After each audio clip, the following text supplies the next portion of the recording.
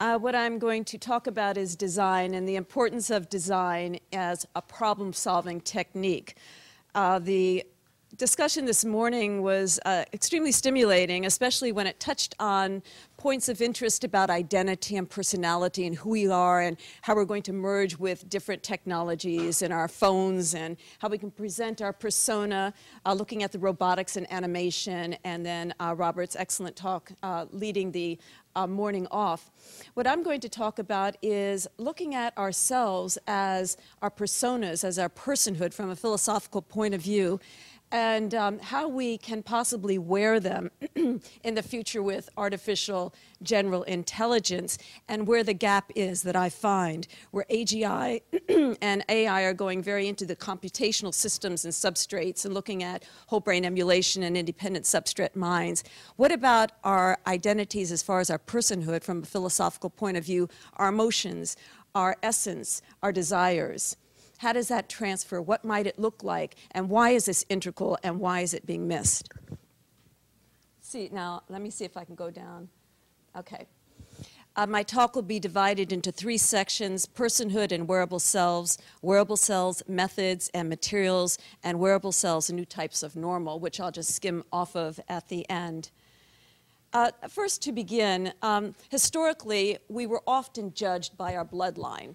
Kings and queens, especially the kings, and who our parents were, where we came from as far as the hierarchy of our bloodline, our gender, men over women, our economic status. That was a lovely Freudian pun, because it is now our electronic status that kind of judges who we are and our personhood in existence. But our economic status and then our profession.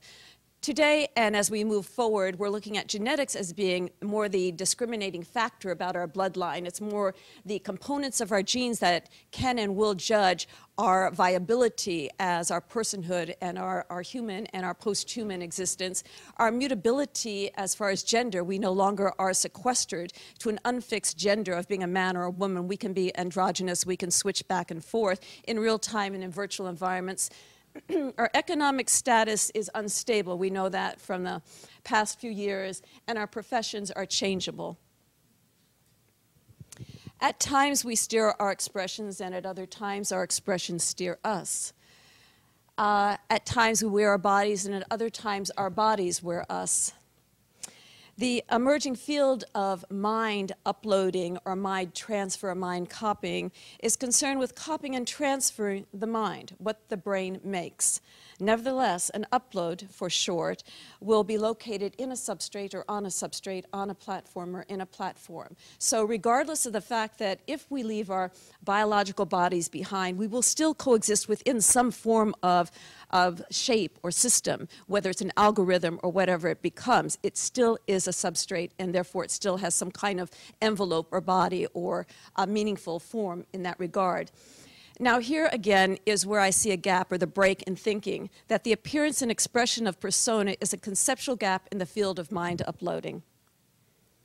Returning to the issue of emerging design of wearable selves, so let's stop here and have a little fun.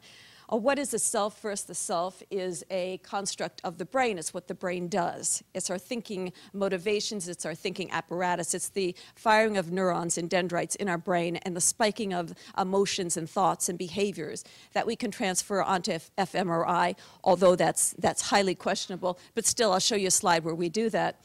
But the relationship of biology to design is the enhancing of modes of expression. The question when I look at the future of technology is, will we wear our technologies or will our technologies wear us? Just as today in our biological bodies, oftentimes our emotions are worn by our expressions, how we look, maybe a sneer on the face or a joyous laughter or maybe a discerning look, as well as our body. Oftentimes we look great because we feel great, and it shows on the outside in the lovely blush on our skin, or in how we feel poorly through different abrasions on the skin show a definite problem inside the body, usually indigestion and whatnot. But one of the most obvious areas that we're seeing today are body malfunctions, whether one is too thin or one is obese. This is of great concern psychologically to most people in the world, not just in America. So the body is one mode of expression of how we present ourselves to the world, and oftentimes this expression is a singular expression. When we look at someone, we judge them as to what they are. First, again, what we can assume to be their financial status, their profession, their gender type, or their gender mutability, or their financial changeability. But when we look at the body, we get an impression of that person, which may not always be valid. So we have many selves, the physical, as we just looked at, the virtual, which we'll look at, the chemical motivations in the brain that we can look at through fMRI imaging, for example, and the computational, which could become the whole brain emulation or substrate-independent mind, or formerly coined as the upload. When we look at our person, our individuality, from the philosophical point of view of what is personhood and who are we as an entity, most of us have multiple personas. It goes back to the whole concept of the Madonna and the whore. We are sometimes androgynous, sometimes we are flirting with the flowers in the garden and being the lovely maternal type or the paternal type. There's parts of us that are very studious, the researcher, the rigorous analytical aspect of ourselves. There's the biker chick, which is my favorite alter ego, the leather clad and the rough tough, get on the motorcycle and have some fun. And there's also the sexual flirtatious that wears femininity as almost a cartoon-esque part. These are different elements that almost all humans have in their behaviors, whether we hide them inside of us or whether we show them on the outside. These are just some very fun camp images of different personas of myself. My favorite is my garden because landscape architecture is one of my favorite pastimes.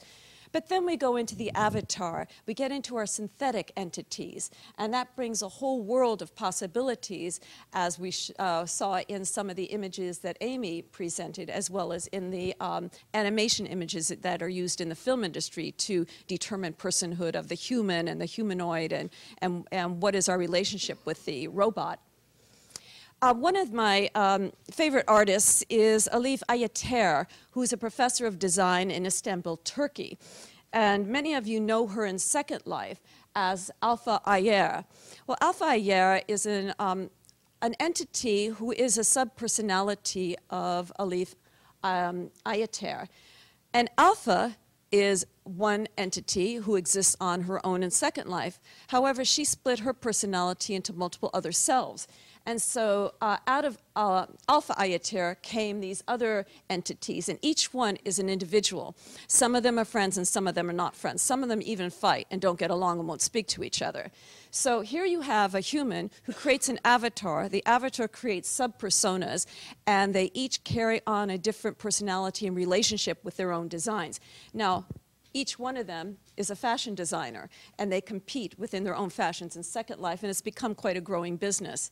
But this is just an example of how we look at our own persona, the different personhoods or identities that we carry. Some we show, others we don't. How in Second Life is an amazing virtual environment for us to explore that even more deeply and fuller and maybe more elusively, perhaps. The brain is also an area where we can take a look at, possibly, it's not 100% authentic, but it's a way to look at what goes inside our mind, not what we're wearing on an external self, whether it's in real time or virtual time, but what goes on in our emotions that we may not be able to show on the outside, or that we may show on the outside.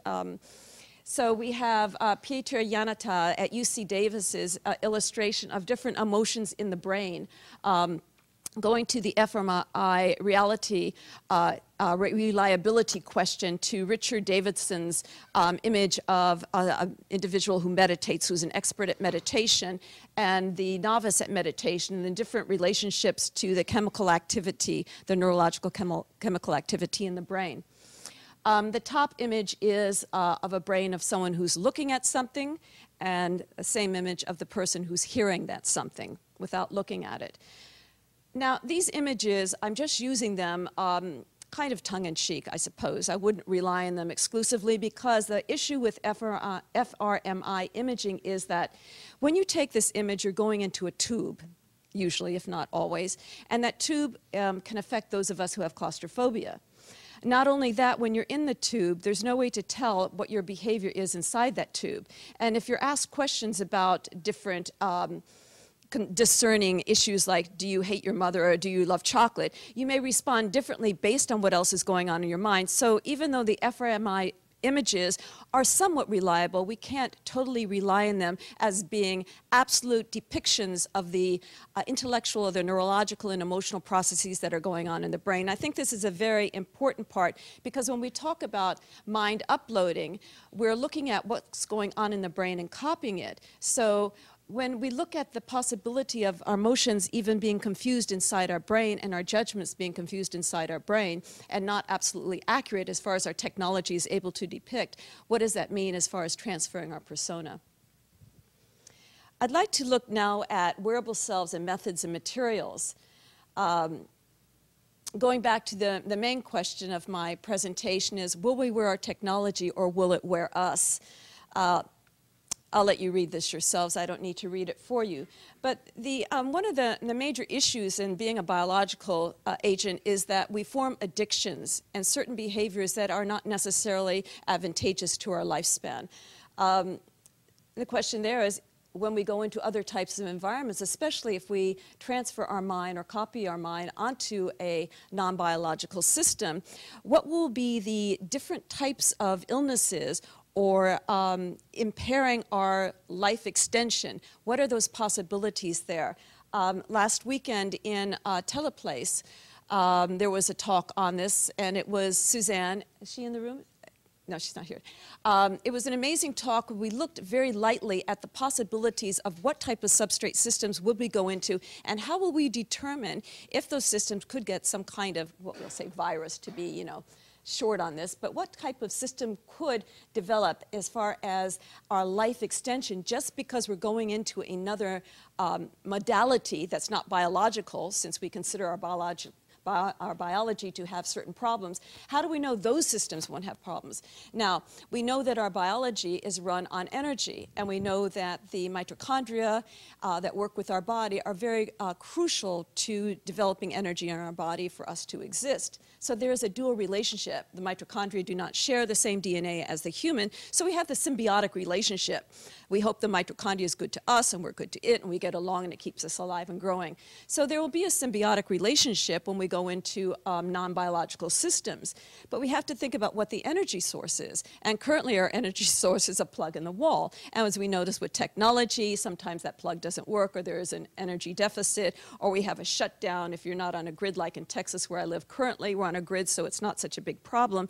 But in other states it is. But if we look at this, that our life extension, if we're an upload, is based on the electrical, you know, a plug in the wall, that's pretty serious. So these are some issues that we might want to consider in that regard. The wearable methods are basic methods that we as Humanity Plus talk about a lot, and we've been talking about it for quite some time. It's the emergence and convergence of NBIC, nanotechnology, biotechnology, information technology, and cognitive and neuroscience, and I include artificial general intelligence with that, and robotics, of course. But those are the fusion of technologies that we have today that we're researching and looking at as possibilities for radical life extension, which would carry our personhood. Why have life extension if we don't have a person? The user, agent, observer. Now this, I think, is crucial when we're thinking about extending personhood into non-biological systems, because we have to consider who we are and what we're doing. So that goes into cybernetics, of course, and transhumanism and posthumanism and these isms of philosophy and social ability to generate our future stems from cybernetics for the most part within this particular era that we're talking about, from cybernetics to cyborg to transhuman to posthuman to upload. So when we look at this, it's very important to consider, well, what is cybernetics and where is cybernetics today? Cybernetics is mostly engaged in radical constructivism, which I am not a proponent of. I'm more of a scientific realist. But what is important about cybernetics is the second-order cybernetics, which takes the observer and puts you inside the system, where usually in science we are observing something, an entity, a method, a process, and reporting on it and watching it and making some deductions about it. But in second-order cybernetics, we as scientists are part of the system. we're not only observing it, but we're within it. So we're also observing ourselves.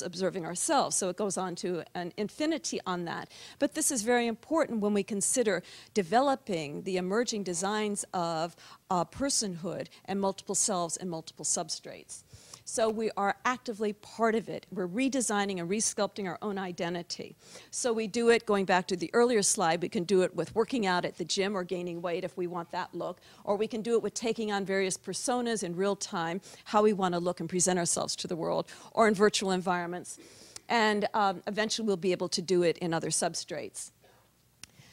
Okay, so wearables, I think, is one of the most important fields right now, and I didn't realize this. I'm a little bit slow on the uptake on this. Wearable technology is really right smack in the issues of future humans, and goes back to my designing primo post-human. I was not a wearable artist designer then. I didn't even think about it. Now I'm saying, yes, it's definitely connected. Like, now I see that second-order cybernetics is definitely connected. This is the work of Laura Beloff, who's a Norwegian artist who lives in, well, I should say designer, who lives in Finland, and she's professor at the University of Vienna in the design department.